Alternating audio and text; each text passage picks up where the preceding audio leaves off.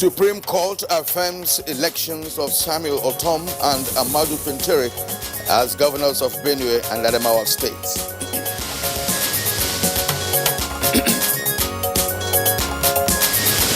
And on Good Morning Nigeria today, we shall discuss JAMB reforms and technology.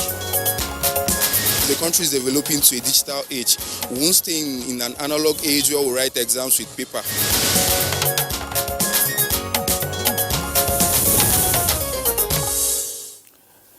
Now, the introduction of and adoption of computer-based test CBT for entrance examination into tertiary institutions by the Joint Admissions and Matriculation Board, JAMB, in the country has recorded many successes and failures since it started in 2015. Absolutely, Kyria. Now, the pencil and paper-based examination format had several complaints, including logistics, financial expenses, and leakages of question papers before the examination. There were also incidents of copying by candidates, collaboration with invigilators to cheat, as well as impersonation in the process and several other anomalies. Hence the need for reform and the introduction of the computer-based test system by the Joint Admissions and Matriculation Board. Now, JAMB has maintained that the CBT system, which also had its share of problems, in line with international best practice in conducting public examinations, arguing that the benefits far outweighed the challenges. But incidents of technical flaws like system malfunction, cyber failures during exams, biometric failure, and inconsistency in result declarations have sparked criticism of the process among affected candidates and their parents. But in spite of the current challenges affecting the conduct of the computer-based exam being conducted by JAMB, many agree that the introduction and use of biometrics and profile capturing of candidates, the use of central admission process, all combined have to a large extent checked incidents of impersonation, exam malpractices, and other infractions, and ultimately have sought to restore the credibility and integrity to the UTME process in the country. Well, this may be one of the reasons the registrar of JAMB, Professor Ishak Oloyede, has been receiving awards from various organizations, including the government of the National Productivity Order Merit Award by President Muhammadu Buhari for his excellent quality service to the nation. The sanity is seen to have restored due to his zero tolerance to corruption or corrupt practices in the Unified Tertiary Matriculation Examination (UTME) and admission processes in public universities, polytechnics, and colleges of education across the nation. All right, so another UTME is just around the corner, and one question to ask is, what is the most visible impact technology has had on the quality of service in JAMB, and why has it generated some controversy in some quarters, and how much of a difference and impact has the CBT, that's the computer-based test system, made in the admissions process, including, of course, the issues with regard to JAMB registration and ultimately how students or candidates get to be admitted into tertiary institutions. And what about the complaints that some of the candidates have with regard to the capacity of JAMB itself to manage and continue to conduct the examinations? Well, the 2020 JAMB registration process has been completed across Nigeria, and as usual, there were complaints from candidates and parents. So these are some of the issues our guests will be addressing later in the course of the program. My name is Kirian Umayo. Many thanks for joining us on Good Morning Nigeria this Wednesday morning. And I'm Kingsley Osadolo. I join my colleague Kirian and also welcome you to the program, reaching you, as always, live on the network service of the Nigerian Television Authority. In the course of the program, we have our supplementary segments, and these include newspaper review, business, and others. For now, let's join Musbah Udan Wahab, our other colleague, for the highlights of the morning news. Good morning, Musbah. So very good morning, Kingsley. Let's take a bit of the news. The first UK-Africa Investment Summit has ended in London, with the British government announcing new initiatives worth over £1.5 billion expected to massively create job opportunities across Africa. The United Kingdom also offered to mobilize private investment valued at over £2.4 billion for African countries. The Secretary, Department for International Development, Alok Sharma, made this known while declaring the summit closed. Trading partnership with African nations. Today, CDC has agreed new investments worth £300 million and are committed to invest a further $2 billion in Africa over the next 2 years. And what makes the UK different is our recognition that this huge investment needs to be felt by local communities across the whole of Africa. Still coming from London, President Muhammad Buhari, as part of commitment towards addressing infrastructure deficits in the country, especially in the power sector, has solicited continued support from the World Bank to improve transparency, service delivery, and investor confidence in the sector. President Buhari was in audience with the President of the World Bank, David Malpass, on the sidelines of the UK Africa Investment Summit in London. The President of the World Bank sort of reaffirmed the the commitment of the World Bank to continue to engage that Nigeria needs financial support. Back in Nigeria, Vice President Yemi Osinbajo Tuesday received a delegation of a D8 Organization for Economic Cooperation led by the Secretary General, Ambassador Datoku Jafaru Kushari. The Vice President expressed the Buhari administration's readiness to work closely with the countries that share similar socio-economic objectives that increases economic opportunities and healthcare delivery to citizens. He pledged the commitment of the country to the D8's objectives. Providing the primary health care, but we want to see health sector helping all the member states to advance, the economic growth and development.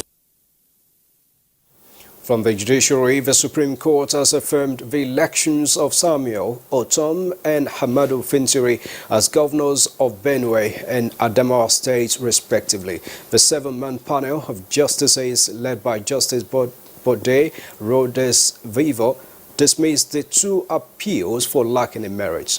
Given by the good people of Benue State to Governor Otom has been judicially approved.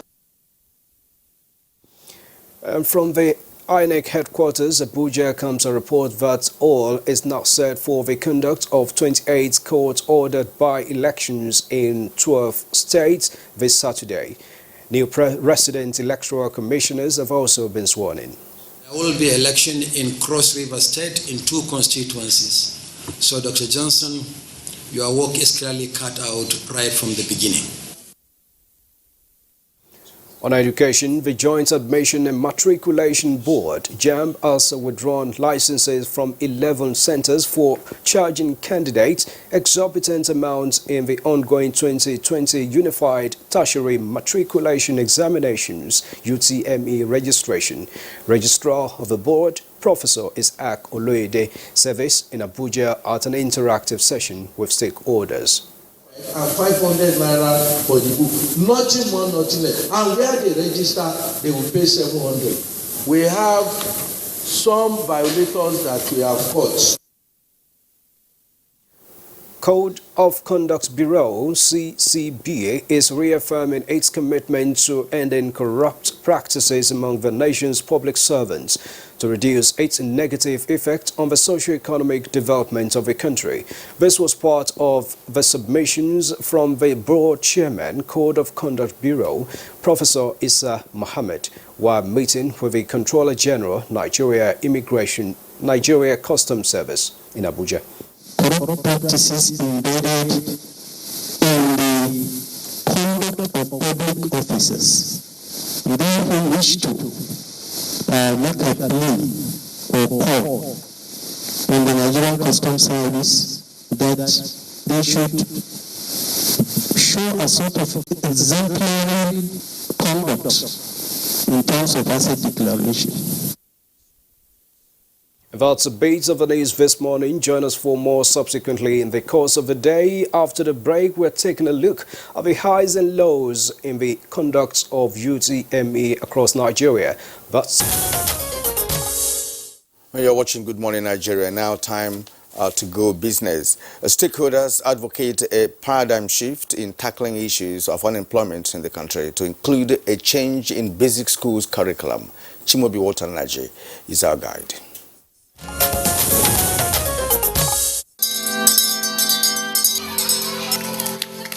The need to inculcate entrepreneurship education and technical skill among school children to ensure a future generation where innovation and entrepreneurship will shape the basis of the Nigerian economy formed the focus of a discourse in Abuja, which drew students from all over the country.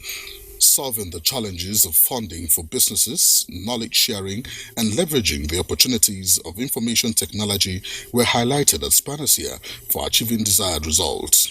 We want to foster access to functional and entrepreneurship education, financial literacy, citizenship service education, and community service. Our primary focus is simply to sow the seed for Africa's peace and prosperity. We cannot separate entrepreneurship from peace and prosperity. With over 200 million African youths aged between 15 to 24 years old, and over 60% of them unemployed, you could not find a more potent respite for chaos, insecurity, hopelessness on the continent than entrepreneurship education. In a related development, some entrepreneurs believe that having the right mindset and enabling environment from government will go a long way towards opening up the micro, small and medium enterprises sector in the country and help create wealth for the teeming unemployed youths nationwide. It's high time in Nigeria we should believe, we should not rely on government for everything. You need to develop yourself. You need to ask yourself, that like I said earlier, what can I do for the society? But most of the time we're always looking for, I want to work in Shell, I want to work in NNPC. Are you for real? What you need to think about now is, what have you studied? If you have studied engineering, have you added value to yourself? Have you gone to even done the practical aspect of it without you even looking at the government? What have you started on your own? And now to the capital market, where trading closed negative on the second day of the week. Here is a graphic look at the closing figures after trading on the floor of the exchange Tuesday, 21st February 2020.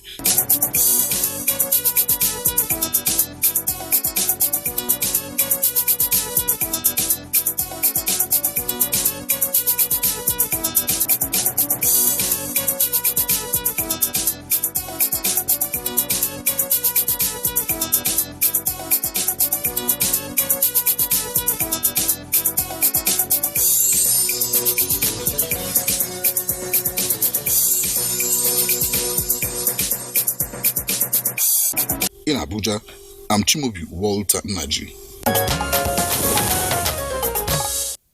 All right, thank you very much, Chimobi Watanaji there for the business packet. Next on the program is Newspaper Review.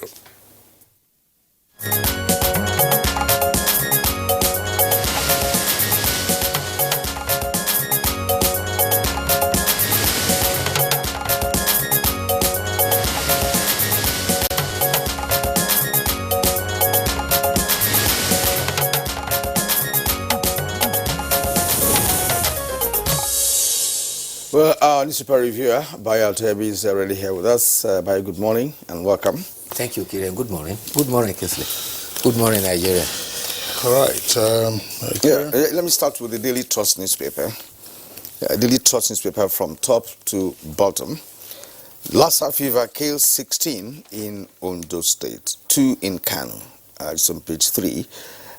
Bank customers groan as glitches mar e-transactions. It's on page 15.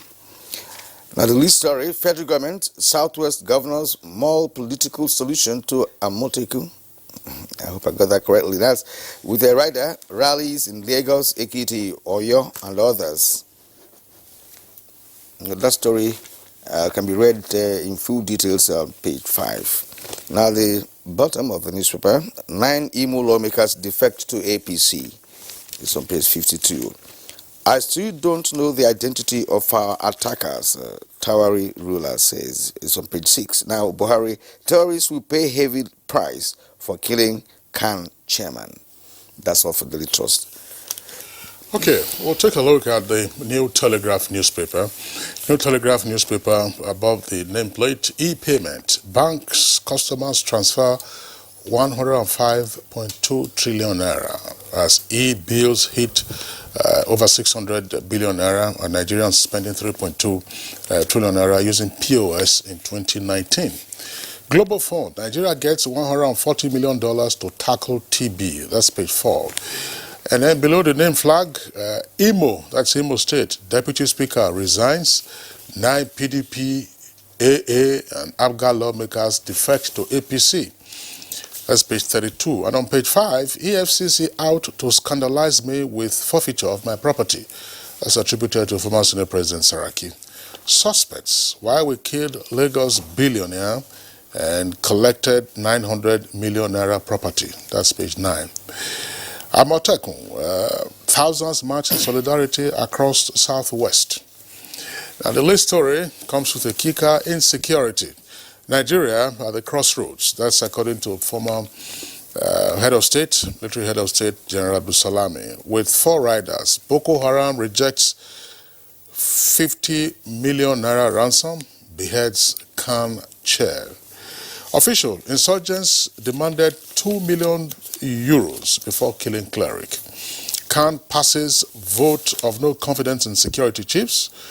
And Buhari, Andimi's killing, cruel and deliberately provocative. That's pages 2 and 8. And then on the front page of the New Telegraph, you can see there what's a floating filling station. That's the one provided by NMPC for people of the riverine areas.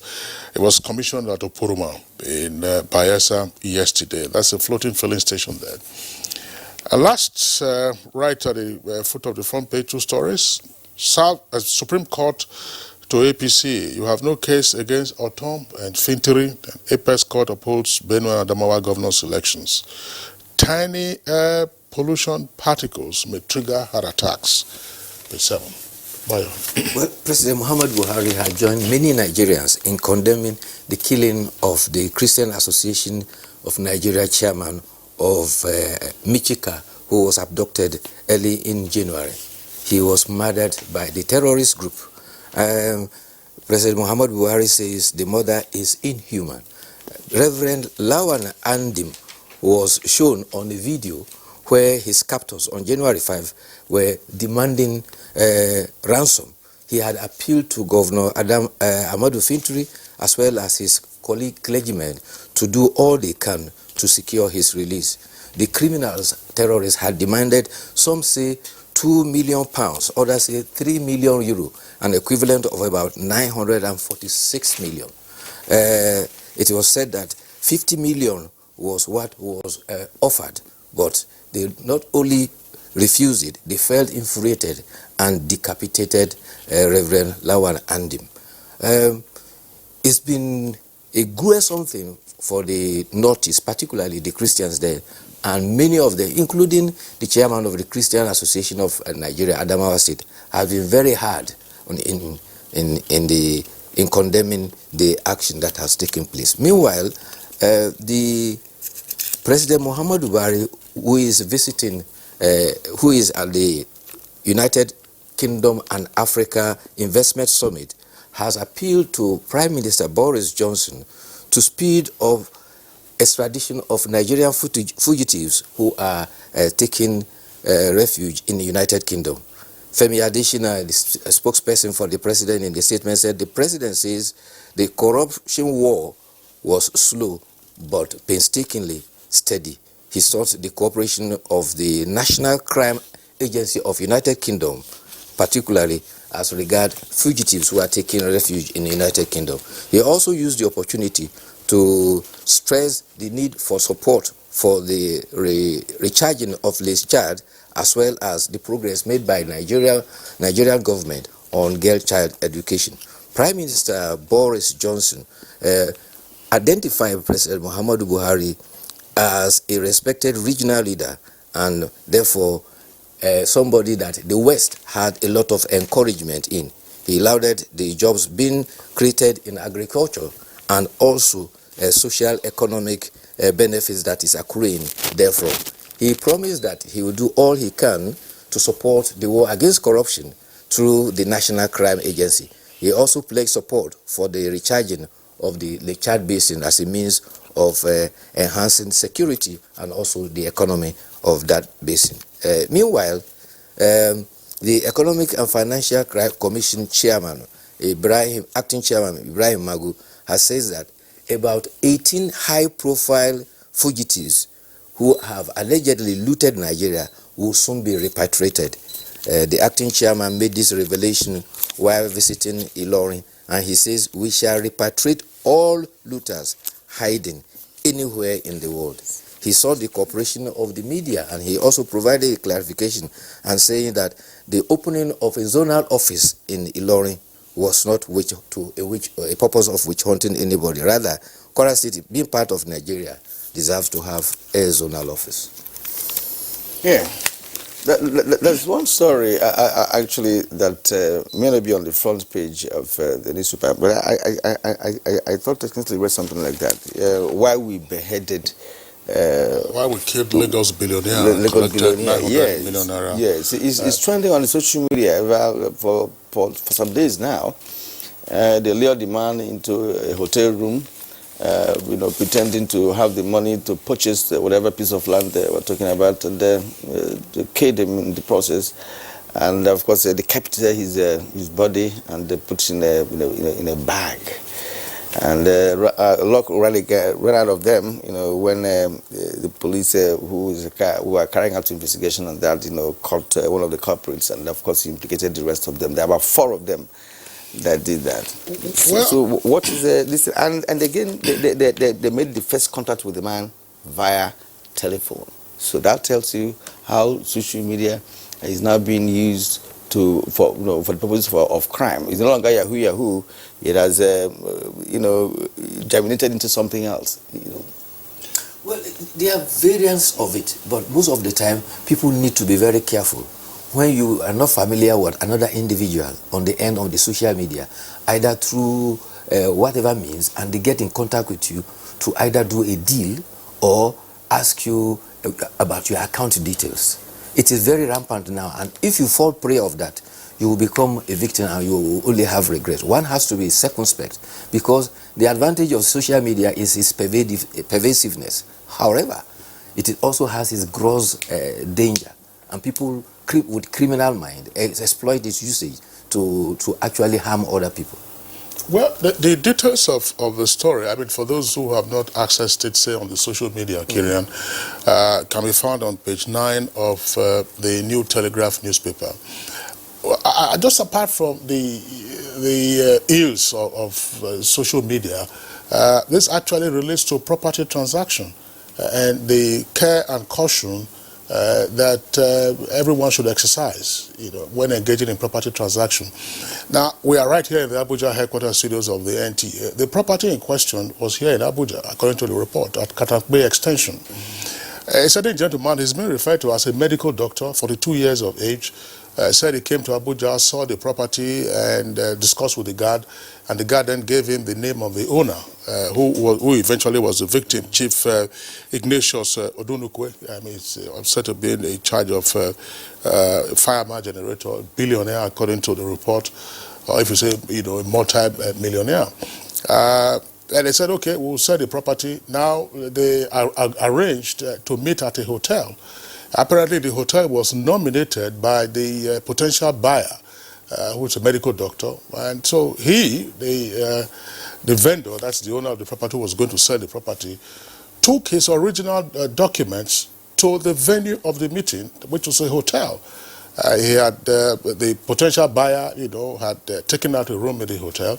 And it was while he was pretending to bring out cash, to show that he was serious. I mean, how would you be transacting the business of 900 million naira in cash? And you'll be doing that in cash. Well, and in the first instance, why would it is you as a seller or the vendor who should choose the location of the meeting? And as a matter of fact, his lawyer actually, discussed the issue with him. Precisely. But he didn't take his lawyer along. Yes. How could you have transacted almost a $1 billion naira deal in cash? So your lawyer should be there with you, and it should be at a venue that is secure. even for the security of the buyer himself. You don't just go because somebody wants to sell a property and they say, okay, we should meet at such a location, and then you go there and then you go. And so it was while, of course, they were in that hotel room that the person identified as a medical doctor struck him with an axe. And then they dismembered his body eventually, stuffed it into a Ghana must go bag. And meanwhile, the story says that there is a former staff of that hotel was involved. Because he was the person that led them out of the place through the back door, Yes, you know, that's do right. the laundry. So it's a great deal of caution that people should exercise whenever. I mean, the basic rule ordinarily for property transaction is caveat emptor, buyer beware. You must be sure of the integrity of the paper, that there are no encumbrances and all that. But considering some of the criminal instances that have been reported in recent times, you never can be too careful when you want to close a deal relating to property. And people try to showcase what they have on social media, especially on Facebook. You know, people showcase their property, people showcase all manner of things, you know, showing that, you know, I have arrived, you know, I mean, this is who I am at the moment. And these guys cashing on such persons, you know, are beginning to trail you. Yeah, some of the information people put on the social media make them a bait for criminals, because some arrested criminals had testified that they got some information about their victims from the social media. They voluntarily put some of those information there. And I don't know how this will sound, but you know, I don't have a Facebook account. Yes. And I don't consider it necessary. I mean, for all the communication that I need, there are several other others that you can use, because there are persons who would answer your kind of name, and by the time you start providing details, trying to distinguish yourself from others, people have access to your ID, and then they can do all kinds of things with it. Exactly. I had to make mine inactive when I discovered that tangentially I could be linked up with anybody without my consent. Precisely.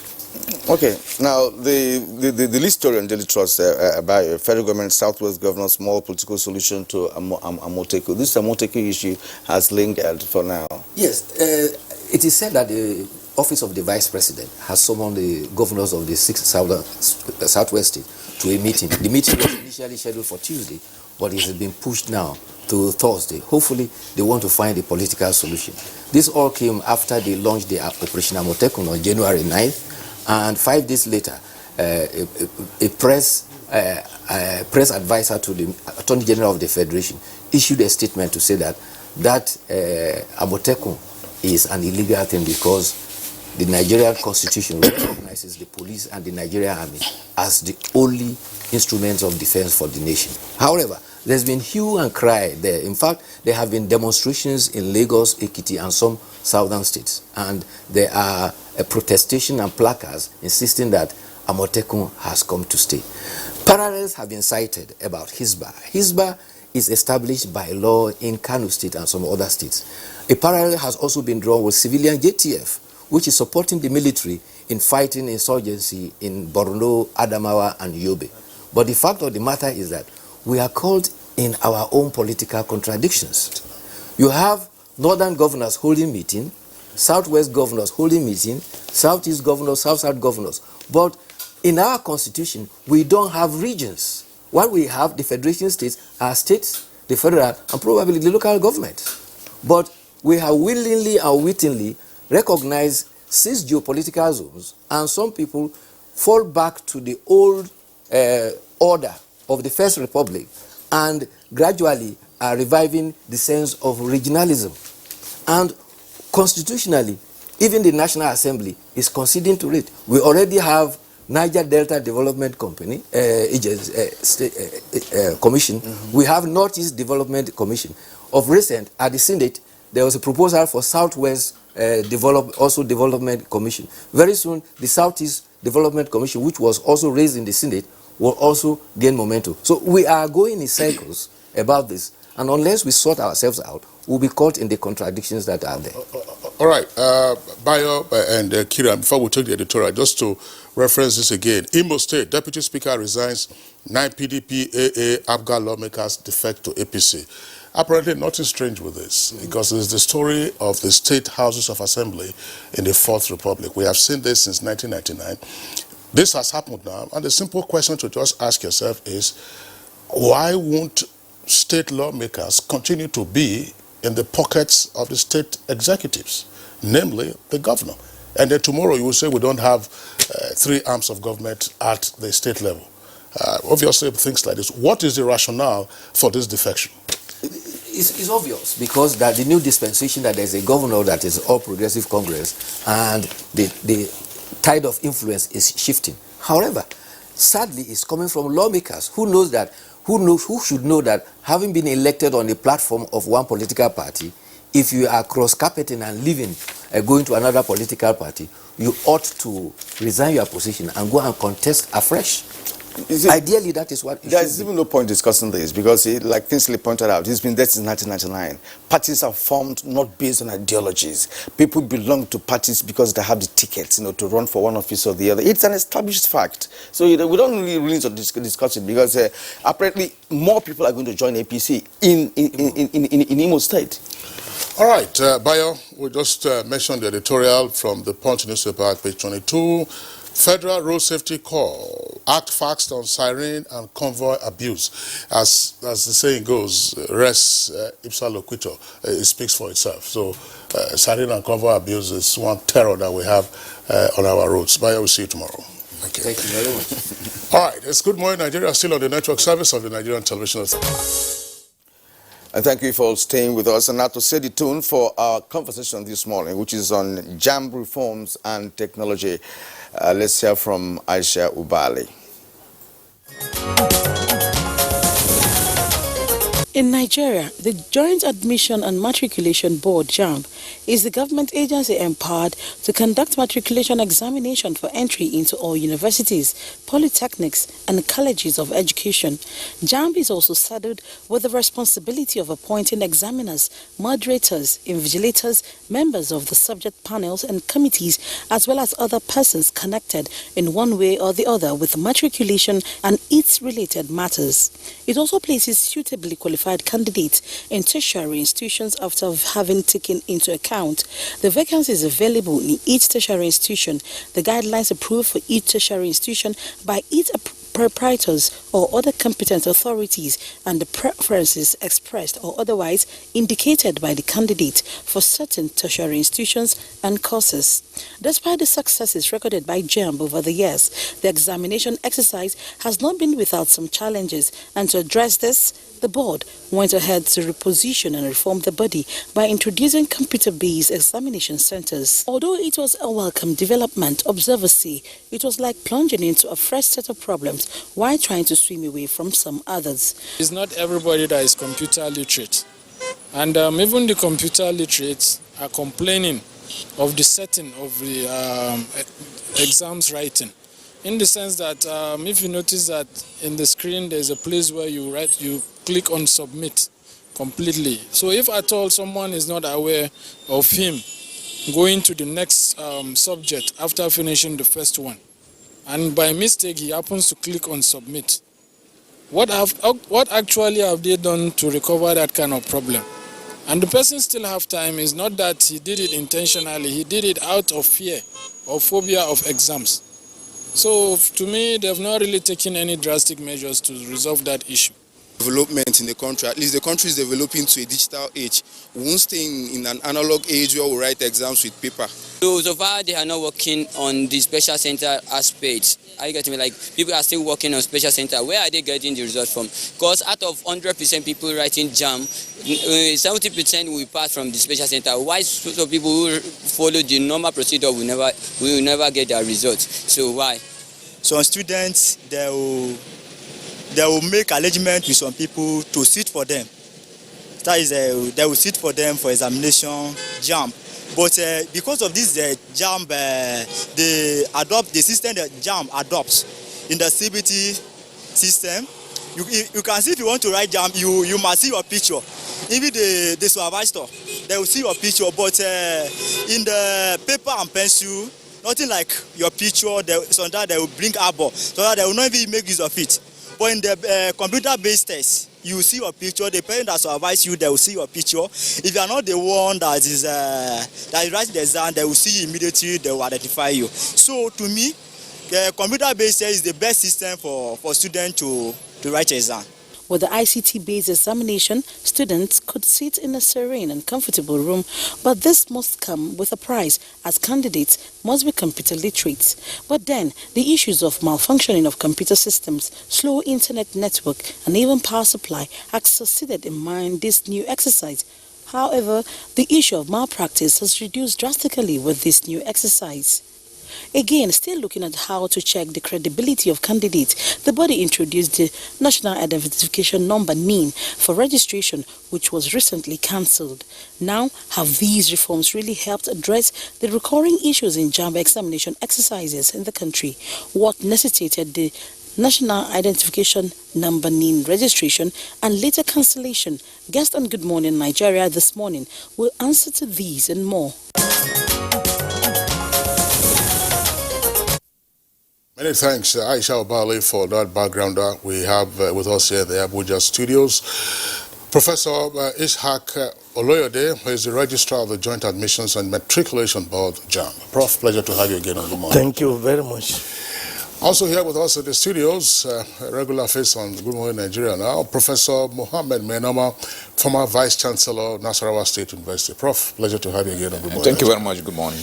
And another regular face on Good Morning Nigeria is Dr. Biodun Adeniyi. He's an associate professor at Bayes University and also a public affairs analyst. My pleasure. Thanks for having me. Good morning. Okay. All right, let's also warmly welcome Aliyu Aziz Abubakar. Aliyu Aziz Abubakar is the Director General of the Nigerian Identity Management Commission. You're welcome to the program. Thank you very much. And joining us from Ilori, the Kwara State capital, via Skype is Professor Rashid Wenga Jimo. He is the Dean, Faculty of Communication and Information Sciences, University of Ilori. Thank you, sir, for waking up with us this morning.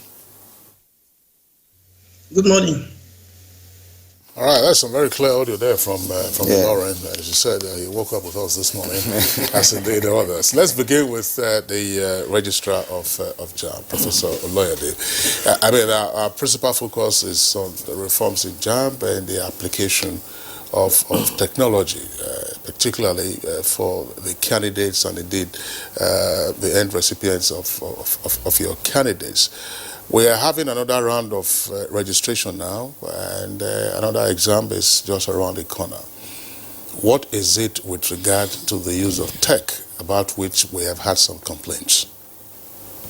Thank you very much. I want to say that technology has become a must for any operation that we want to improve on. And what we do in both for the registration and the examination is to adopt the most appropriate technology for doing so. For the registration, we track the whole process. We make sure that anybody who claims to be doing something is actually doing it. And if he's not doing it, somebody else is monitoring. The first thing we have done about that is to make sure that rather than buying physical form, we now have electronic form. Rather than selling some form to some people and holding the form, we now have e-pin, virtual pins that you can buy 1 million. If you don't want to use it, you return it at no cost to you, at no expense to you. So apart from that, we have also made sure that in the past where people even do biometric, they do just one finger. We have turned that now we have 10 fingers, the whole finger. Unless you go and hire more fingers from elsewhere, we have biometric registration. We have also made sure that it is the practice elsewhere that all our CBT centers have CCTV camera that will record the process. These are not foolproof because we have seen what people are doing. For instance, we have seen students, so many of them now, that do what they call combination, finger combination. 3 persons will go, pay 5,000 to the stupid man who is asked to register them. 3 people, I will contribute 3 fingers, this one will contribute 3. At the whole 10 will belong to 3 different persons so that any of them could come in. But we are ahead of them, and we are doing some other things that are responsible. At the registration center, at the registration angle, of the whole process, what we do is to make sure we automate the process. As you are registering anywhere in the state or in my office at the headquarters, we could monitor, we know who registered you. If I get a name of a person who registered 5 minutes ago, I go into my laptop, I know where he registered, the time he registered, who registered the person. That's the process for the registration to track. Tracking is the issue. And as for the examination, I've had people talk, when people fail, they must have excuse for failure, either politically or academically. If somebody has A1 in WASC, we say, I score A1. But anybody who has F9 will say, they gave me F9. So it is always blaming the other party for your failure. People have talked about people are not used to ICT. I used to hold the opinion, and that was why immediately we started this issue of CBT's operation. We started it at the University of Ilorin. I happened to be the Vice Chancellor at the time we started the CBT operation for tertiary education in Nigeria. So when we came to JAMB, it was easier for us to improve on what we are having there. We introduce in developed countries, not all of the candidates are also computer literate, but they have what they call examination pack, which is like telephone, that you hold it like this. Once you can operate your cell phone, you can operate it. So when I came in, what we did was to look at it. The cost was enormous. We couldn't afford the cost, but we then found a way, because if you are poor, you are likely to be wise. God will not deprive you of two things. So it's likely that, so when we couldn't make the money, we then look for a better way out. Then we had a software, which is what we call Nike issue. You don't need to be literate, computer literate. Once you can operate your cell phone, you can operate it. And it's a Nike. Once you get there, don't touch any mouse, because the issue of computer literacy is about manipulating the mouse. A, B, C, D is the answer. You either have A or B or C or D. Just press number 1, A, and it will move to the next one. And if you want to move to the next one, you press N, that is next. If you want to reverse, you press R, that is you want to look at what you have done. So +4 is becoming 6. If you want to submit after you have finished, you press S, and it will ask you, do you really want to submit? You want to press Y. So you don't need to touch anything other than the Nikes. The Nikes control what you are doing, and therefore the excuse about I'm computer literate. If my grandmother in the village could use telephone, I think anybody who had a privilege of even primary education. That is not to say that it is the best way to go. The best way for us to go is to make our candidates globally competitive, to be able to use this thing. But because everywhere in the world there is what is called affirmative action. In Nigeria, we give it a bad name and we call it federal character. In developed countries, they call it affirmative action, equal opportunity program. These are the terminologies that we have bastardized in Nigeria. Everywhere people want inclusiveness. And therefore, while we are carrying the people who are backward there, let us not lose the track that the world is not waiting for us. So the best thing for us is to go the way the whole world is going. Yes, in fact, well spoken, if you ask me. I'm happy when you noted that technology is the driver of every complex process, such as the registration of JAMB. And I know this occurs because we have a number of many Nigerian eligible candidates who register for JAMB on yearly basis. But there's no doubt that there are encumbrances associated with that technological process we have put in place since 2015. And we are more concerned now about how Nigerian candidates can register hitch-free. I'd like to go to the NIMS DG, Aliyu Aziz Abubakar. JAMB tried to see how your organization can facilitate the easy registration and hitch-free registration of candidates this year, but it had a hitch, which made JAMB to reverse, its original decision. What actually happened? Well, as you rightly says that we are in the 21st century, and it requires us to use technology in whatever that we do. And you can imagine that and what technology does fundamentally is to separate the content from the carrier. So imagine if when I took my own jam, like you also, that we did it on paper, and they took it from my village to the local government headquarters, and from the local government headquarters to the state, and to Lagos at that time. So it's a cumbersome process. But now if you do it from the center, as soon as you submit, then it is there in the headquarters. So no any tampering that will happen. In terms of registration, when it comes to registration, what we emphasize is that we have a continuous registration. Therefore, a year before you go to do your jam, you should get enrolled. And why we are doing that is because it's only Nigeria that we do not have identity management system. So the systems that we have are not adequate for the population. Mind you, every year we add 7 million people, and JAM is only about 2 million people. So, in fact, another topic is that 5 million people are not even sitting for the JAM. That is another issue. So the systems are not enough.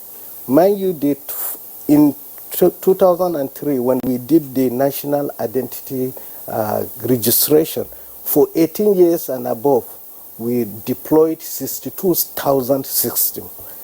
And also, when INEC does the election, they deploy 120,000 card readers for presidential election. We have less than 2,000 systems for the whole nation now. So the issue is availability. And that is why we came up with that ecosystem approach, whereby all other government agencies will capture data and send to us.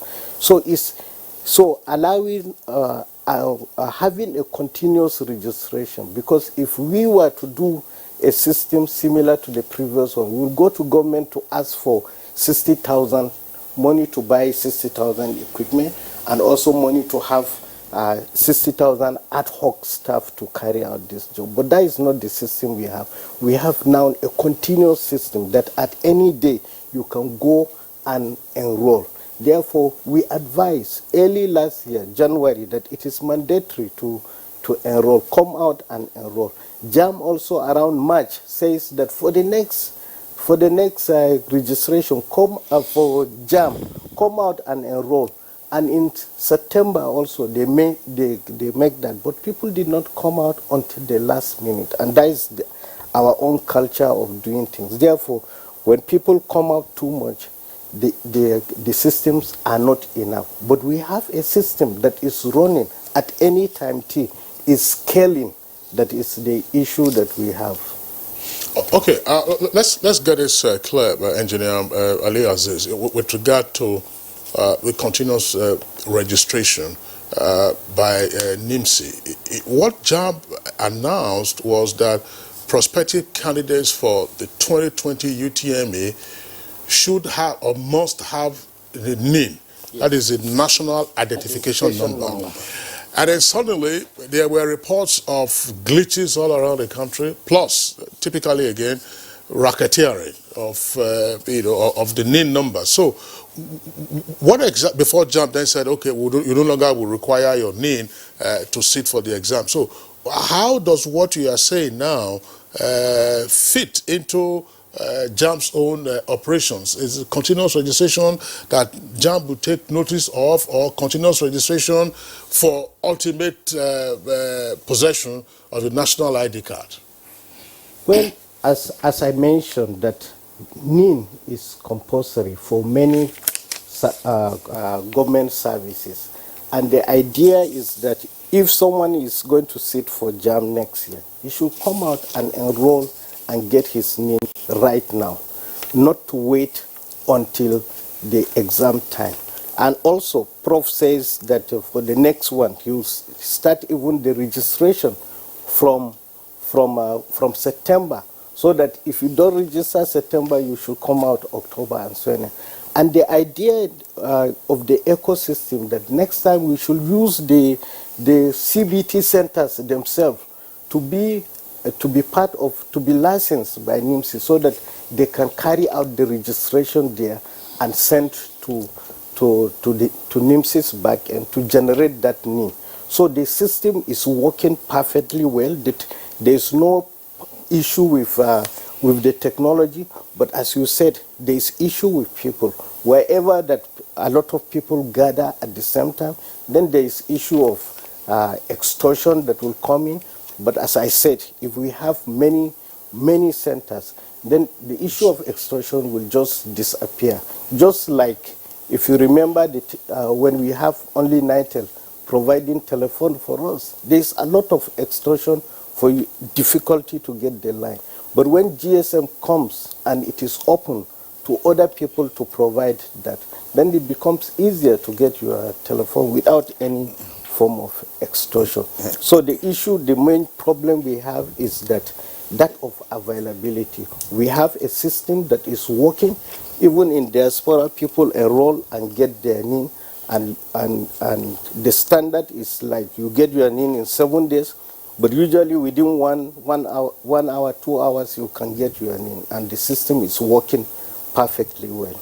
Well, I'm glad you appreciated the fact that there could be extortion, because of course there are insinuations that some of your staff actually engage in extortion from 5,000 naira upwards for one to get registered faster. Right, so we also have to look into that. But before we do that, let's go to Ilori, where we have Professor Rashid Bwenga Jimo, the Dean, Faculty of Communication and Information Services, University of Ilori. Prof, at the opening remarks by Professor Oloride, he made it clear, that he pioneered the use of CBT in Ilori. I just wonder whether you have sustained that, but that's not the main question. The question is, you have listened to Oloride and of course the name's DG. What, in your opinion, can be done? Because already technology has been adopted and there's no going back. Yes, we have complaints here and there, even after the application of technology in trying to register our students, hitch-free. What else do you think is the problem here, and how would you assist Professor Lloyd, who was once your VC, to see how he can handle the situation going forward? Thank you, sir. It is not a rumor that University of Ilorin is the first institution in Nigeria to start the CBT examination. Even in the university then, there were a lot of fears that is it going to work.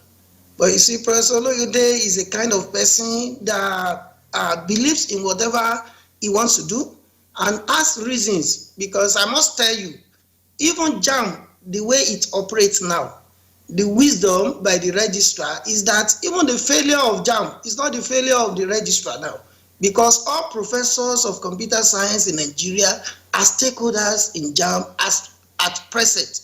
So when policy with regards to the examination in JAM is going to be taken, so professors of computer science in Nigeria, all professors, I must tell you, are also involved. So definitely the wisdom of using experts nationally and other stakeholders is there.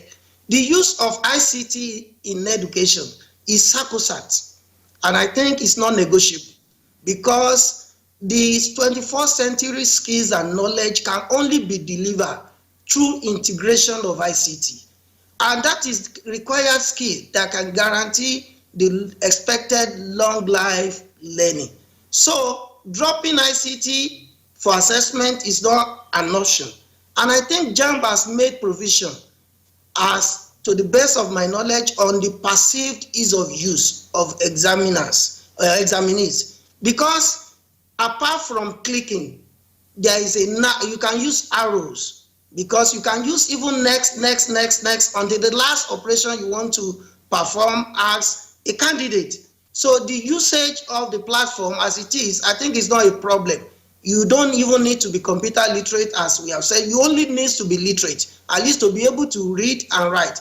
Even the visually impaired, the less privileged, there are also provisions for them. I think our problem is the attitude of resistance to change. What is operating in JAMB in the present time, of course, cause no cause for worry, or it's just a normal phobia.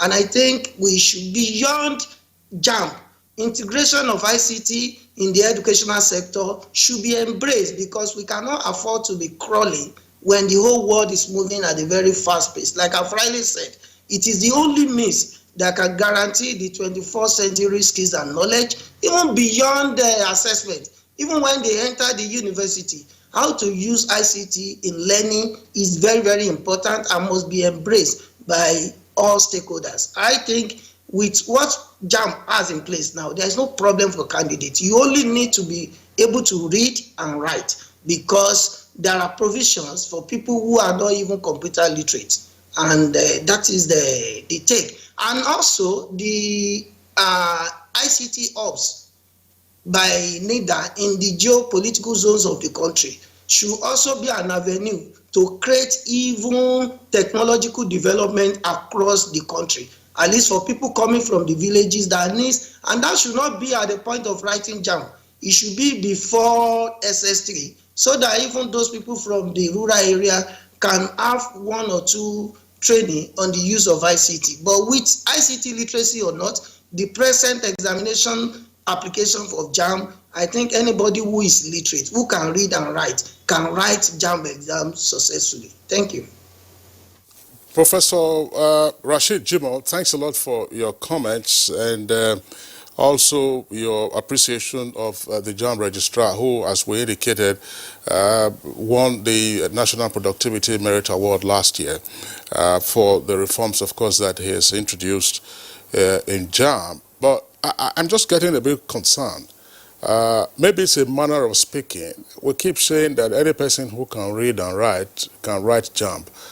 The JAMB exam, or the UTME as it is called now, is not for all comers.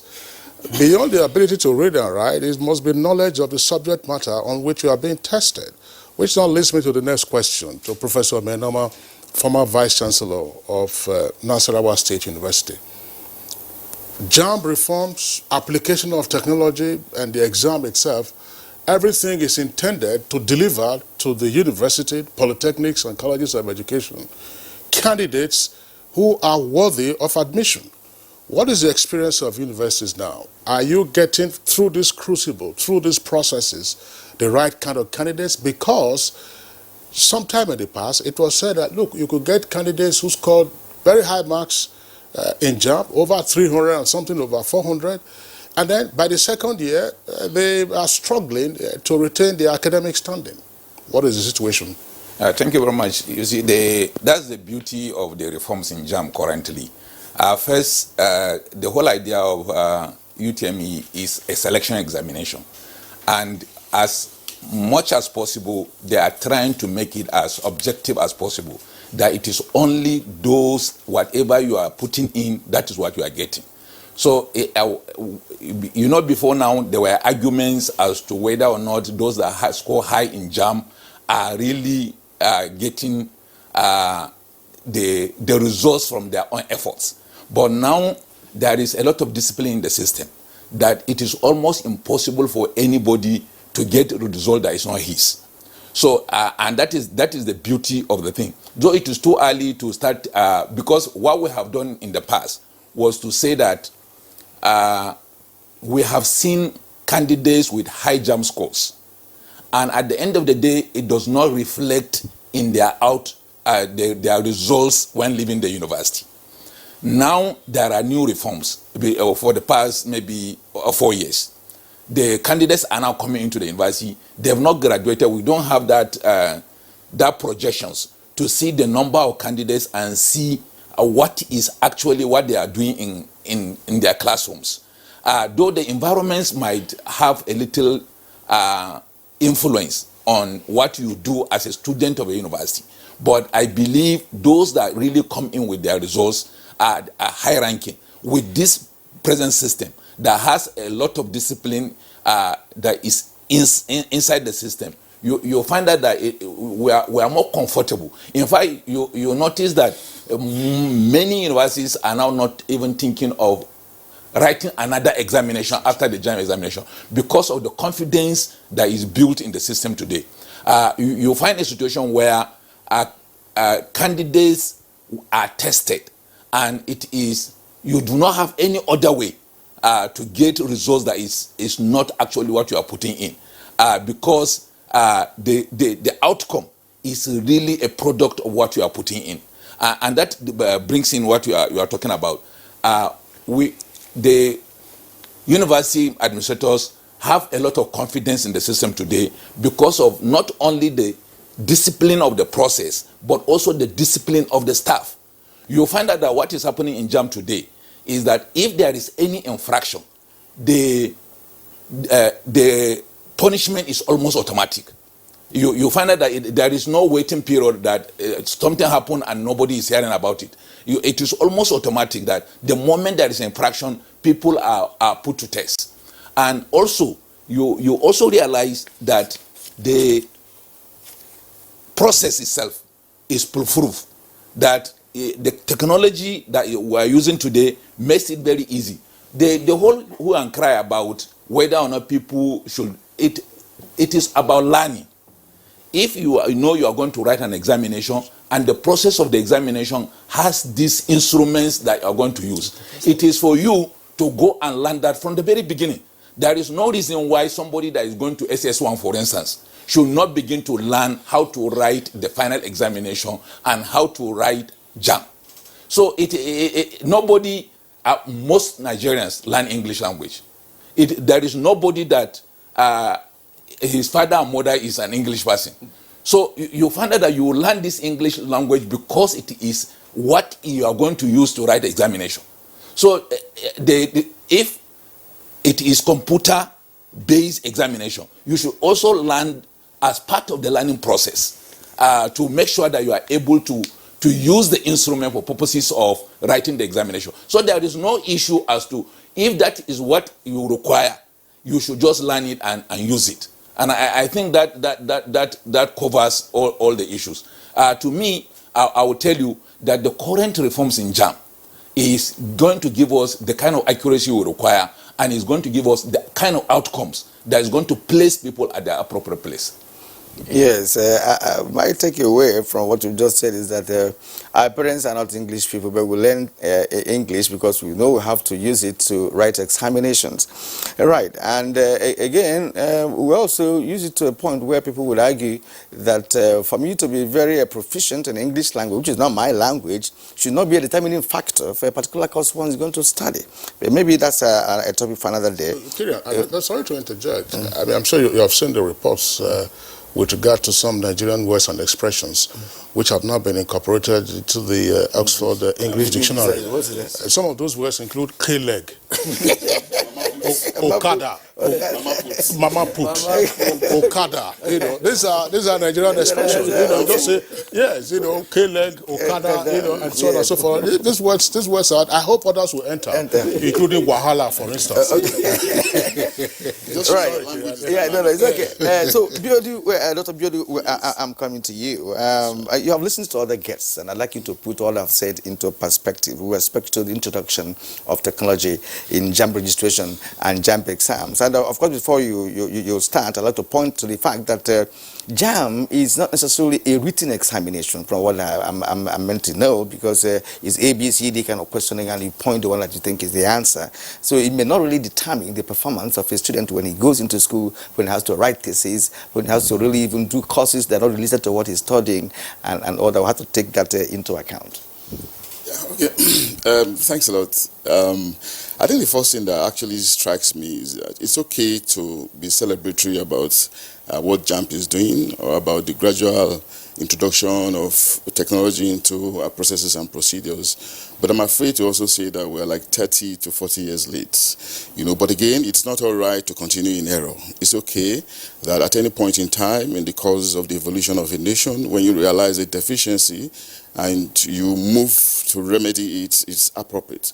So to that extent, I think JAMB and every other organization that is interested, that is introducing computer into their process is actually commendable. But again, it leads us to what has been said, in the late 18th, early 19th centuries by thinkers, that this stage that we are in is actually going to be upon us. The stage where technology will determine our lifestyle.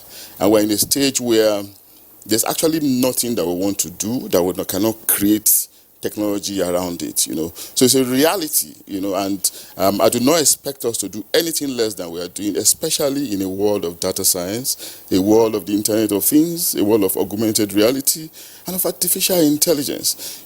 Perhaps what we should be thinking about now is how to proceed from where JAM has begun, from what JAMP has started, to expand it into other sectors of our economy, because there's a sense in saying that, technology, makes processes and procedures smarter, makes them cheaper, and increases productivity and efficiency.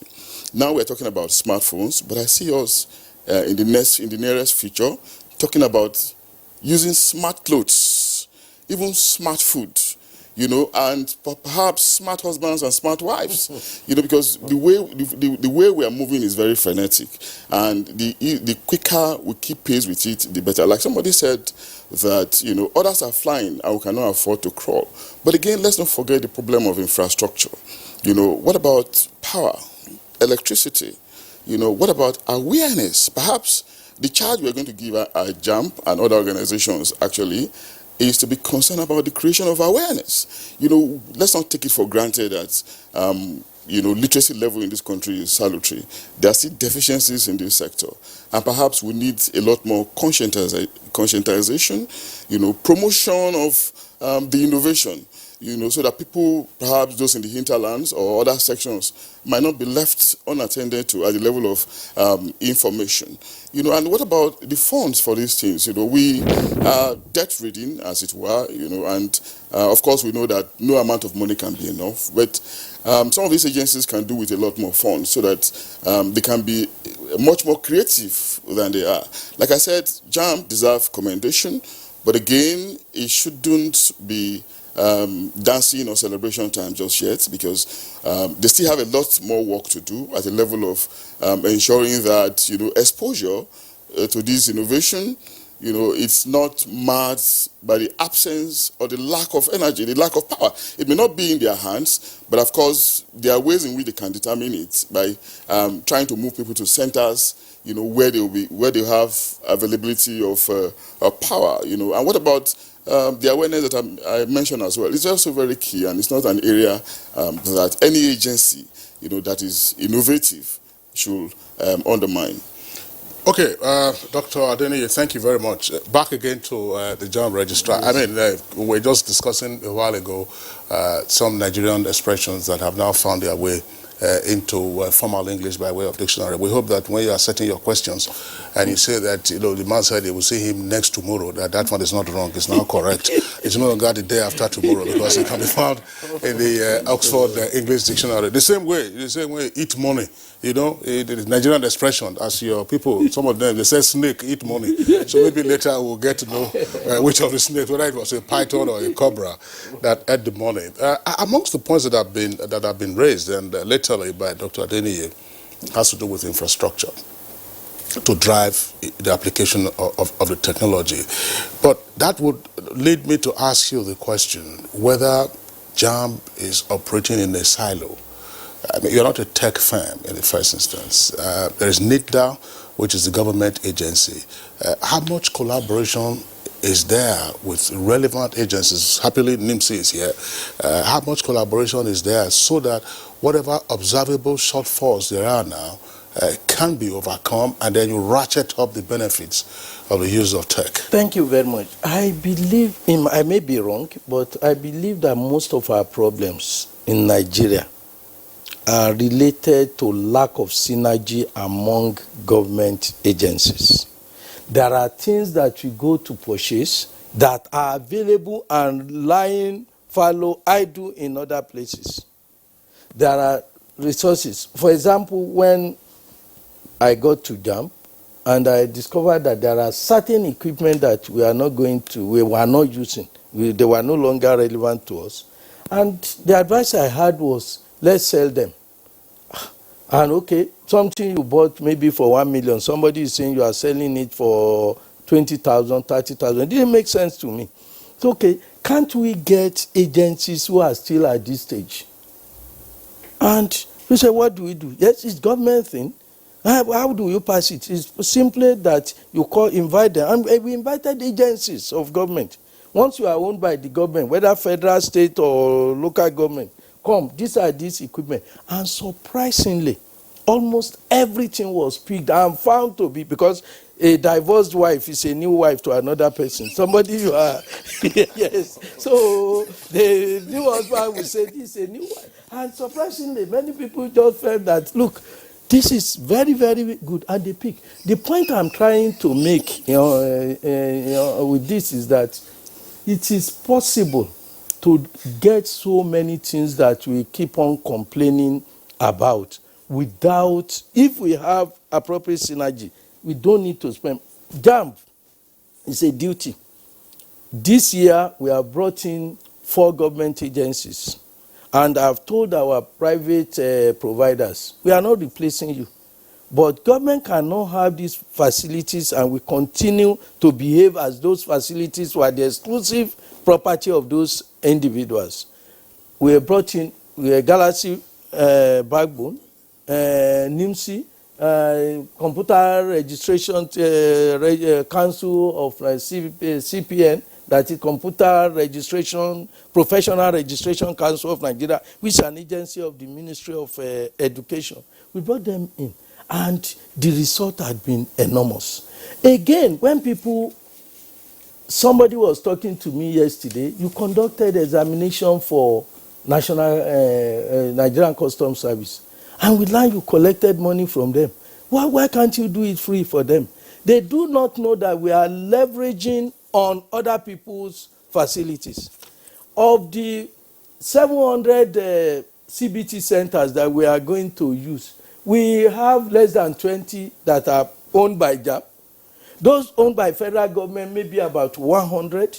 The others are owned by private individuals, and you have to pay them. So what we are saying is that if we bring all this together, and JAMB is doing that effectively, and that is why we believe when many people talk about what JAMB is doing, it's not JAMB as Oloede or as the whole management of JAMB. It is our collective responsibility.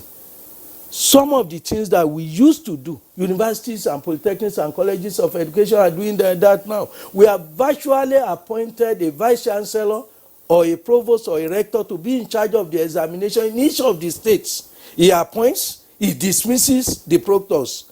He is the one that is in charge, and he supervises. Because a wise vice chancellor, a wise rector, a wise provost will not wait for a JAMB to impose incompetent candidates on you, and you start complaining. So we have told them, if you want a better thing, you better come up. And they will be there because they know the end products are coming not to JAMB University, but their own universities. So we have given them the mandate, and we have supported them. What we do is coordinate. And we are tapping the day I visited the facilities of Galaxy Backbone, I will wish that you go and see what government had expended on that. It's better than any DC I've ever seen anywhere in the world. And I've seen quite a lot of them. Because when we wanted to start our UTM CBT in Ilorin, I went to a number of countries. Immediately I became vice chancellor to see the data center. I've seen the Galaxy Backbone data center in Abuja is better than anyone I've ever seen in Africa, including South Africa. But we pretend and we talk as if nothing. If you go and see the amount of facility and even the infrastructure they have, but God has given us so many things. But unfortunately, human beings are defective. The type of human beings that are given to us. Why I'm saying so, sir, is that even this infrastructure that we are talking about, how real is the issue, particularly as regard examination? A candidate will go to an examination hall, The candidate knows that the system tells you, if you do nothing, after 3 minutes, you will be logged out. A candidate who does not, who looks at the question, he rolls up, he rolls down, knows that he doesn't know, he will keep quiet. And the system, the color of the screen will change and say, we will lock you out. He will keep quiet. After being logged out, he will now raise his hand that I've been logged out, so come and lock me in. Or a candidate, many of them, there was a candidate that we were seeing on the CCTV, on monitoring on the camera, and was not doing anything and was praying. And praying 3 minutes, 4 minutes, we then went to say, yes, my mother said, when I get to the examination hall, I should just be praying. We later discovered that the mother had paid somebody who is already in the examination hall, who has logged in with the candidate's number, and the mother just said, go into the examination hall, just be praying, do nothing. Somebody is writing the examination for you. Not knowing that we have tracked the seat of everybody.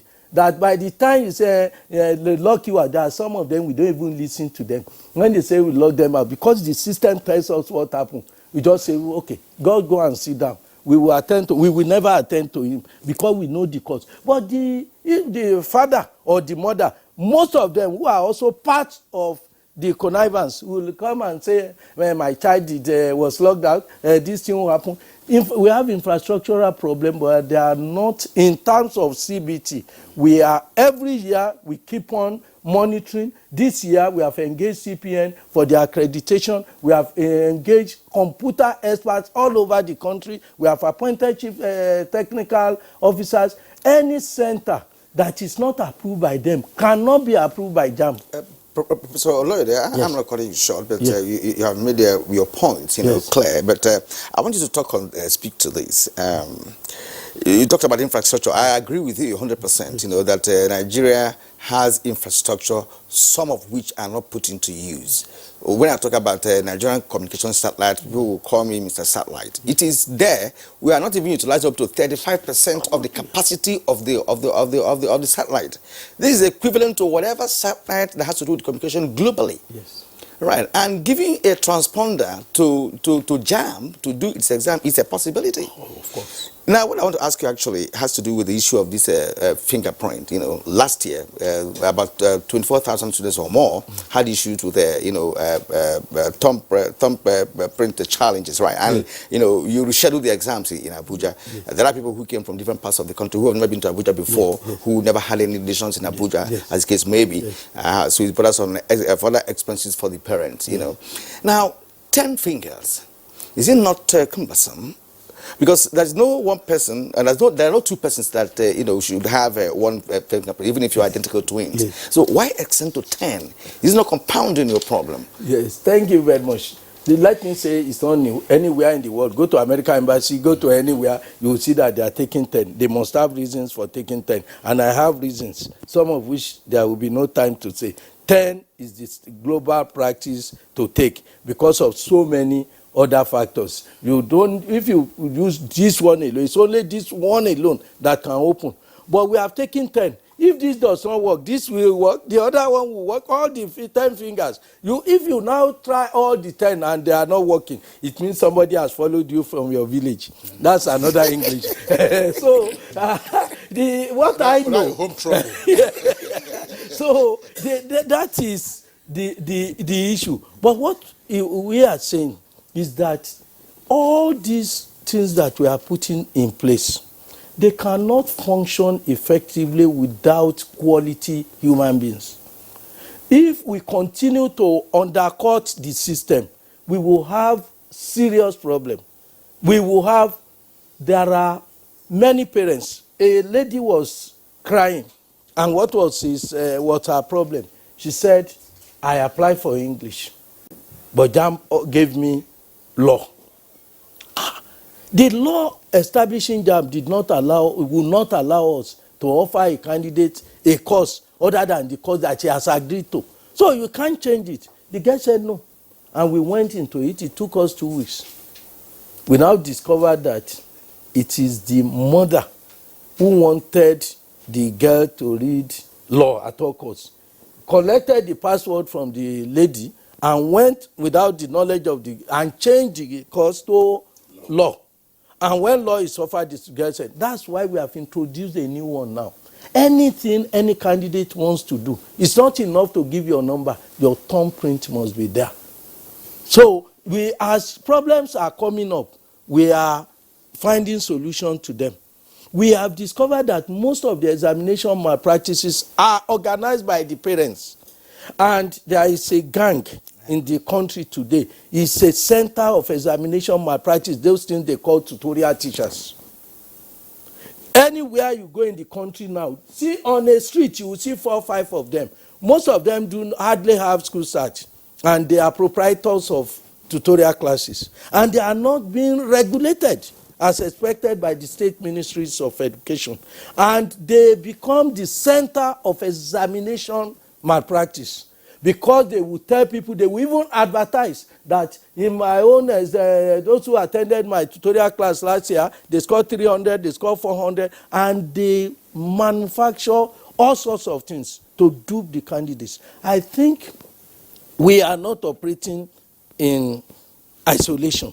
That is why we are calling on all stakeholders. Do not allow stakeholders to break the stake. Because if you are stakeholders, it means you must protect the stake. But stakeholders are the one breaking the stake, and there will be nowhere to go. So it is very, very important for us to find a solution. And my own suggestion is, let us all be sincere. We are talking about NIMSI, for instance. Many government organizations are partnering with NIMSI, I would say superficially. The DG is here. When we started it, I said, look, it's either we go into it or we don't go into it. No halfway. We are going to, what we were doing with NIMSI, I don't believe any organization had done it with NIMSI. Because what they were just doing is that government asked us to, it's a law. When the National Assembly invited me that, why are you forcing in on Nigeria? I said, me? No. You passed the law.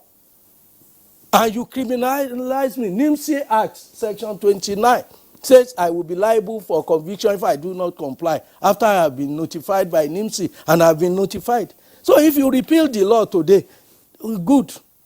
So what is happening is that people just feel, I do not need NIN just because there is a law, just because the Federal Executive Council says we must follow, but also because it's the necessary and the best way to go. So these artificial things, where you go, some agencies, you say, we are with NIMSI. They are not with NIMSI.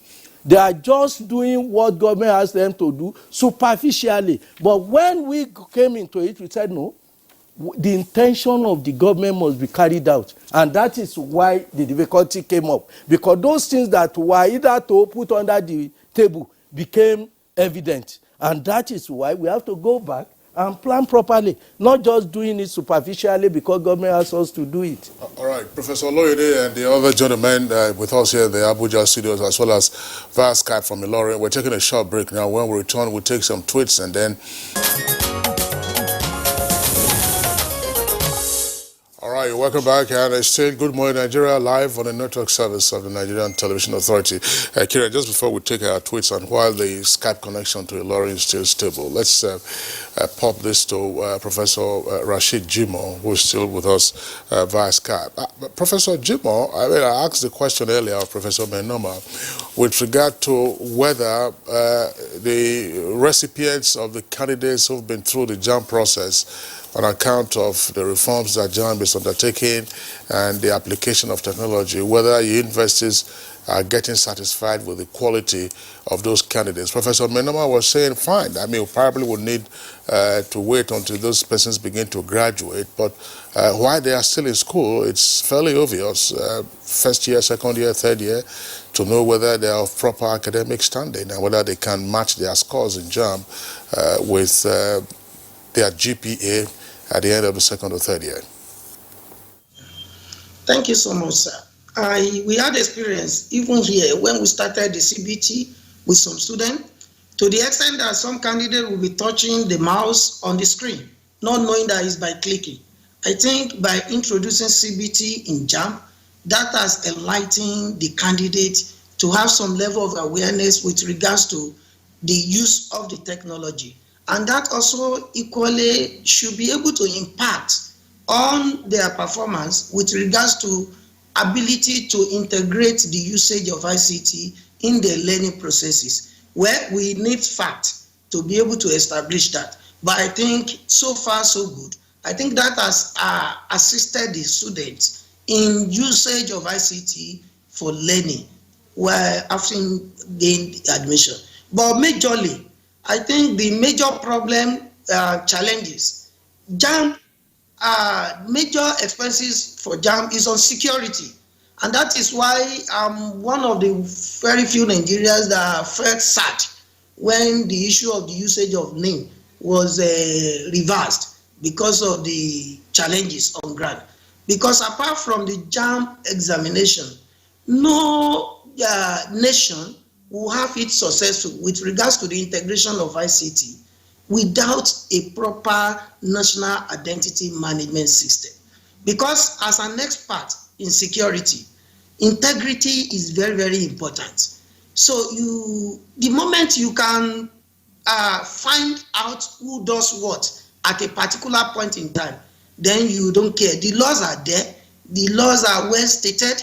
So definitely to ensure integrity, identity management system is very, very sacrosanct. And I think NIPSI on this ground should also be able to make sure that by next examination, everything is taken care of so that we can rely on NIPSI with regards to the identity of the candidates enrolling for JAMB. And that will solve so many problems because at times when we are having examination, the management of JAMB will have to move from Abuja even to other parts of the country to be able to be sure that you are not alleging someone wrongly. But I think identity management system will definitely solve a lot of this problem because when you are using ICT for examination, the three cardinal points of security, which is confidentiality, integrity, and availability, should be ensured.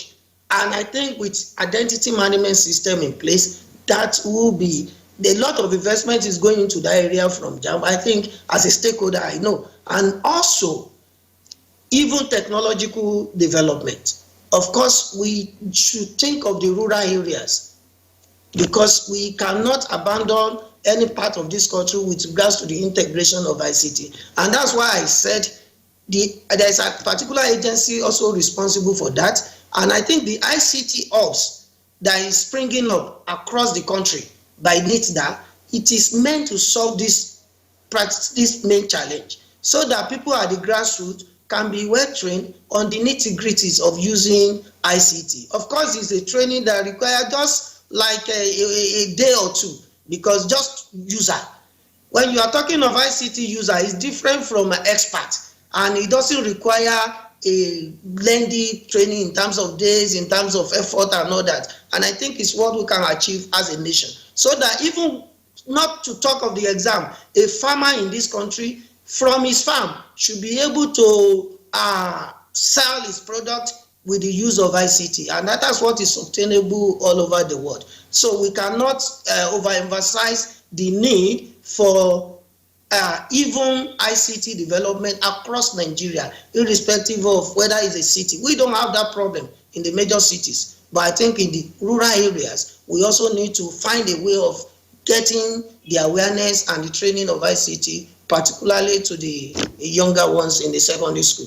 But aside that, I think it has helped tremendously in the university, let me say in the higher institution, with regards acquainting the candidates with the required knowledge of ICT so that they can use this technology in their learning process. As emphasized that without usage of ICT, then we cannot guarantee 21st century skills and knowledge. So it has really helped. And that's why I said dropping ICT in educational sector is not an option because, of course, we cannot afford not to produce lifelong learning.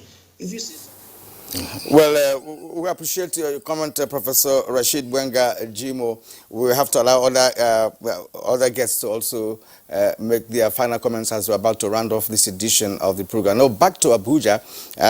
Let me bring in Professor Mainoma. The point raised by Professor Bwenga are quite clear with respect to the integrity of JAMB. These days, having introduced technology into the management of JAMB, and of course registration and the exams itself. Now, is it now necessary for universities to organize another form of examination for these candidates? Because that is what is on now. After JAMB, universities now organize another examination. Does it mean that all the efforts that Professor Loyode and JAMB have been putting in place in 2015 do not make sense? Yeah, that's the beauty of when you have a situation and the dynamics are changing, then you realize that you may have to do a different thing. What we have seen today is that there is a lot of confidence building in the system. And gradually people will tend to agree, if they are really sincere, that the real motive for the introduction of additional examination is to have candidates that truly merit admission.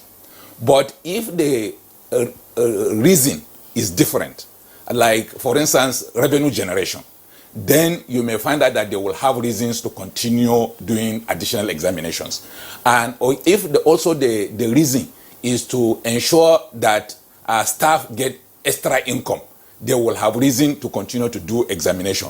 But if the actual reason is to get people that truly merit a selection into the universities and polytechnics and colleges of education, they may not have any reason to conduct additional examination, because what they have is truly a reflection of the capacity of the candidates, particularly that we say that it is a selection examination, and they are fully involved in all this system. You find out that from setting of the examination, from conducting of the examination, the university staff and the university administration are fully involved. So they may not have any reason to conduct another examination. But if, like I said, the decision to conduct an examination is to generate income or to a kind of welfare for the staff, to distribute money to additional income for their staff, then they will have to continue to do the examination.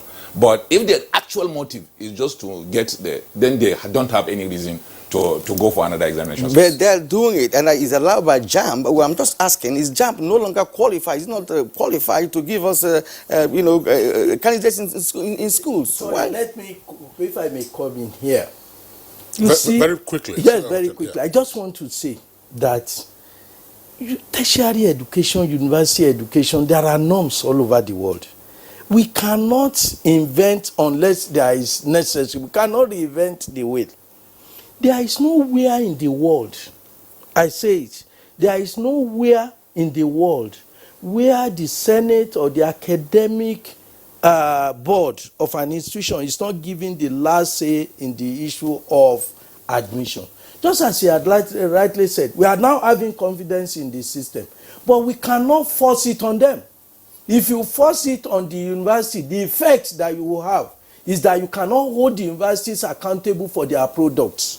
Because if they cannot determine, if they do not have a say in what comes, a university, many of them, just as VC had mentioned, many are now saying, no, we don't need post-UTME again. That is their decision. We want JAMB, many more, they are increasingly. But I'm saying, don't force it. Because there is nowhere in the world where it is forced. If the Senate of a university determines that we rely 100% on JAMB, let it be. If they say no, 50% on JAMB, we want to retest, let it be. The Minister of Education has done the right thing to do, which is done globally. No institution, whether private, public, or anything, can charge more than 2,000 for post-UTME.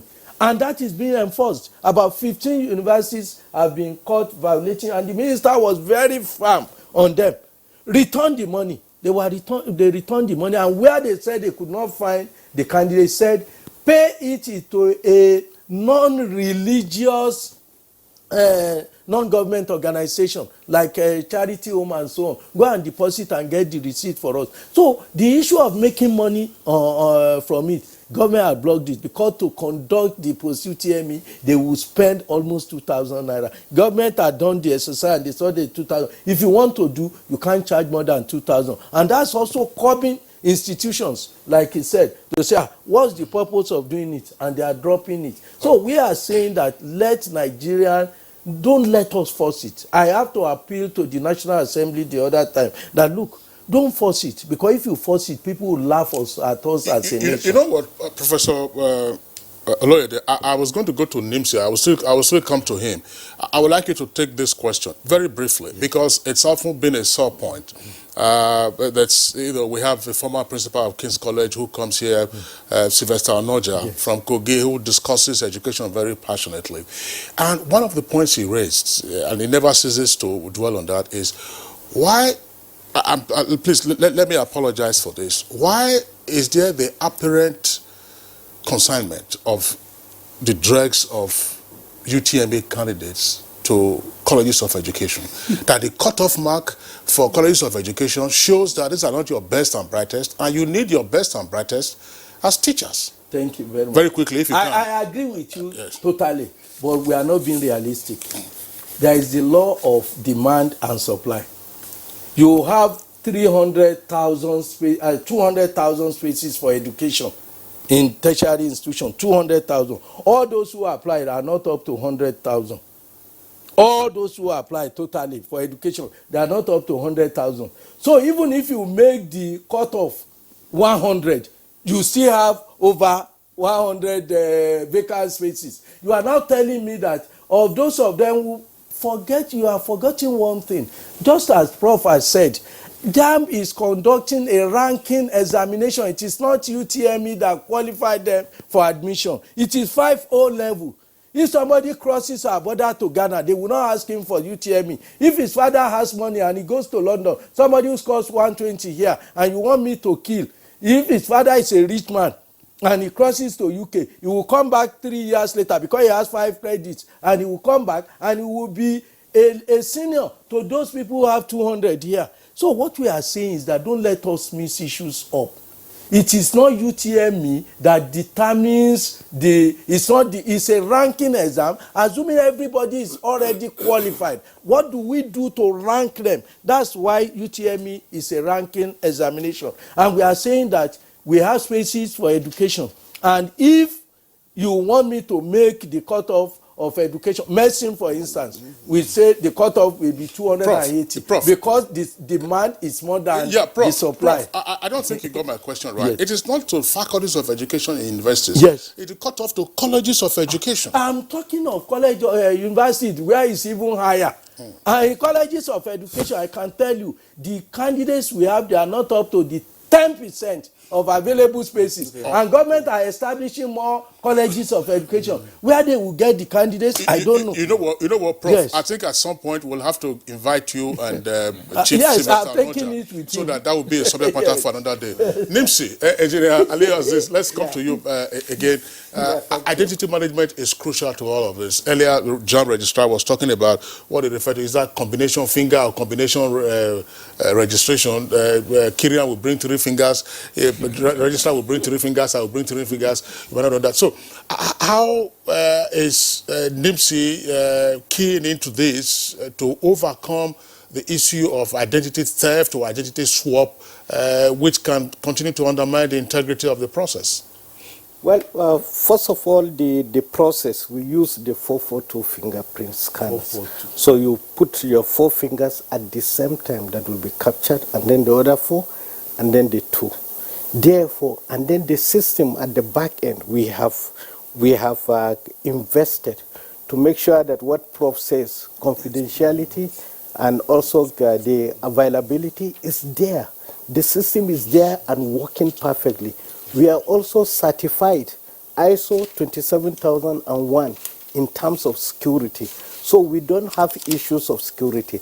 This permutation, again, the collaboration we had with JAMB also helped us in verification because they use their own experience of what JAM candidates are doing to check our system. And definitely when we change the fingerprint scanners, now we have 100% accuracy in terms of the data. So you in terms of security of the system, in terms of all this permutation, again, that is why we have a control system whereby you do the capturing. You don't capture on the roadside so that it can be managed when you capture. And also why we are saying that the identity is foundation to everything else. That is why we have to have every person's fingerprint. Until you have all, you may not be able to cross-check all the combinations. Okay. Because now time is on our side. We'll let the cut it short. Let's bring in Dr. Doni very briefly. I asked this question to Professor Menoma. You know, after JAM, you have another examination. You are in the school system. What does it connote? What does it connote? You know, what does that leave JAM? You know, after organizing an examination designed for institutions to select candidates, now the institution will sit back and say, okay, fine, we have our own examination to conduct. What are they looking for? Well, I think that there's a quick point I really want to make before I respond to your question, before I answer your question. One is that in this innovation that we're talking about, just like the computer has the soft and the hardware aspect, you know, the process of creating change also have the hard and the soft aspect. The hard aspects, you know, are the actual computers, the actual technology. The soft aspect is actually the human element, and it's often a problem, you know, which like I said, I don't want the agencies to undermine. The question of awareness creation, question of sensitization, you know, promotion, you know, of the idea that they seek to that they seek to change, which is the introduction of technology into processes and procedures. You know, but to your question directly, I think it's just consistent with the kind of system we run, you know, where everything is about competition, you know, about standardization. You know, if you feel, for instance, that you are not satisfied for one reason, rightly or wrongly, you know, with the recommendations or the productions of JAM, and you want to grade the student in your own way, I don't see anything wrong with that. You know, it's just consistent with the freedom that every society deserves, and that every system and the educational system cannot be immune from such competition, really. All right, Dr. Adeni, thanks a lot. We had promised we were going to read the tweets, and incidentally, a number of the comments that our guests have made have spoken to the tweets from Conrad Ngala, Otula Sunday, Ibrahim Oduaji, Law Alfasi, Amabola Hombabs, and others, Olodumeji Murufu. But there are two tweets I would like to read out very quickly. Okay, let's start. Okay. Dr. Nahax says JAMB closed the best registration center in Maiduguri. That is the Nasara Computer Center, which registers, it says 10,000 every year. Yes. So this year we will suffer a lot. Please, we are soliciting JAMB to reopen the center. Never. And then, no, carry on the next one. Never. That's the... It's Abubakar Muhammad. Yes, okay. I have evidence to show that a fraud was committed in the center, and we have taken the decision, and it's irreversible. The fact that people will suffer will not make us to allow something that will destroy the system. I will show you on the screen. That's Abubakar Mohammed says, good morning, Nigeria. I think what JAM is supposed to do for the candidates is increasing the time of the examination. Why? Because 1 hour is not enough for science students, since there is a calculation. That's mathematics, physics, and chemistry. You said no more pen and paper. So how does a mathematics candidate calculate? CBT does everything that you can do on paper. So let me just summarize. There is nothing you do on paper that you cannot do on CBT. We have designed methodology of answering questions that will make a science student sweat as he will have done. All right, Prof. Thank you so much. Maybe another day we'll take you on that. We'll take you on that. At this point, ladies and gentlemen, we would like to round off this edition of the program by appreciating all our guests who made it possible for us to dissect this very important topic. Professor Ishak Oloyede is registrar of JAM. Thank you, sir, for coming this morning. Thank you for having me. And Professor Muhammad Amenoma, former Vice Chancellor of Lazarus State University.